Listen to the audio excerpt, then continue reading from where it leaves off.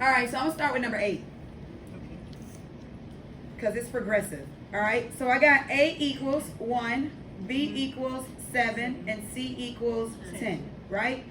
So now I gotta find my D and E. Now what are D and E? There are two numbers that's going to multiply first to give me 10, and then they're gonna add to give me 8. So what do I think to myself is, I know 5, 2, 10, and 1.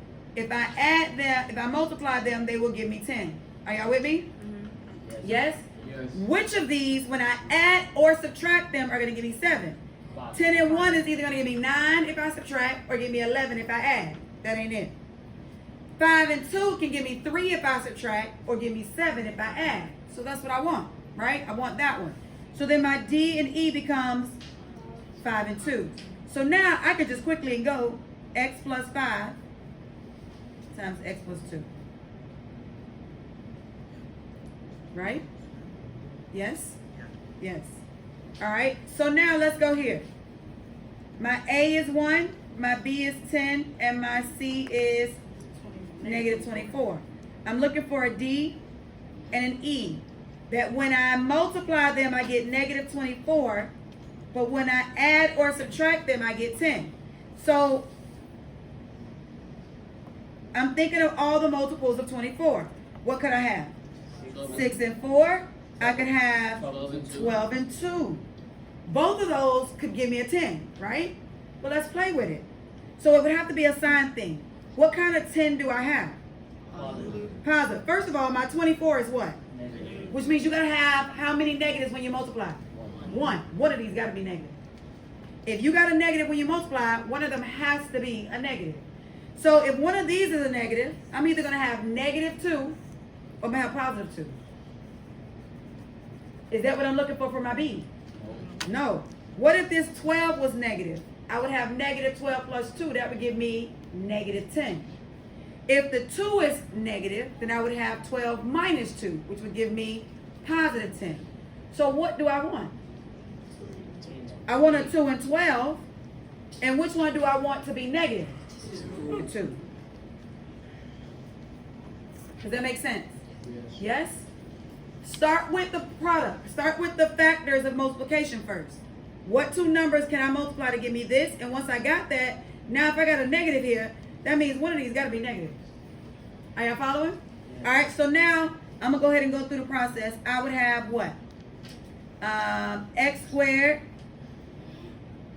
minus 2x plus 12x plus, minus 24.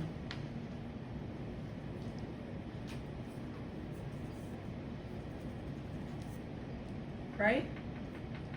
Yes? Yes. All right, so what's my greatest common factor here? X. That's going to leave me x minus 2. What is the greatest common factor here? Class? 12. What kind of 12? No. What's in the front? So what are we pulling out? Oh, negative. Wait. A positive. The first time. Yeah, but somebody else said negative. Oh. So then what do I have here? X minus 2, right? So now these two and these two go together. So what do I have? X plus 12 times what? X minus 2. You all right? Yep.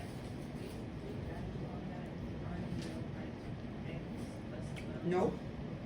I remember when I was up here, I said, you can just go straight to here, just like I did just here.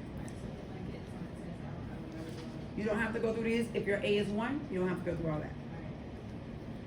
I'm showing you that because when your A is not 1, there's a process that you take. Okay? Everybody good here? All right, so let's go again. A equals 1, B equals negative 3, C equals 2. I should have taught y'all one way to do this.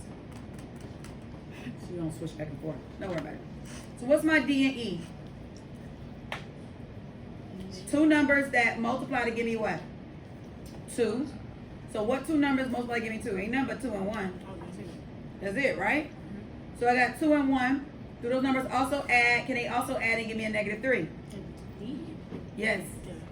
Can they add to give me a 3? Yes. Yes or no? Yes. Yes. So then I want to use those. But now how can I make it a negative 3? Now remember, when you multiply, you got a positive 2. So what has to be true if you got a positive 2 when you multiply, but when you add it, you got a negative? Both of them are negative. Both of them got to be what? Negative. Because a negative times a negative is the only way you're going to get a what? Positive 2. So then that means this got to be negative and this negative. Negative 2 and negative 1 going to give us what? Negative 3. Right? Wait, I'm sorry. That wasn't hard.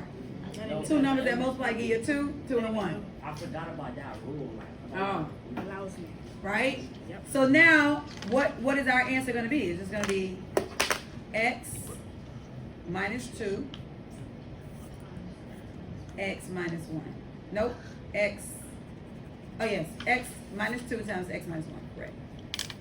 So what's going to be our solutions here? Positive. Positive 2, positive 1. Absolutely. Questions on this? Do we all understand? Yes. Great. All right, we got time to spare. So go ahead and finish this out so you can get your credit for your whole paper. Finish it out. Turn that off. I'm not going to use this video. We didn't have too many interruptions.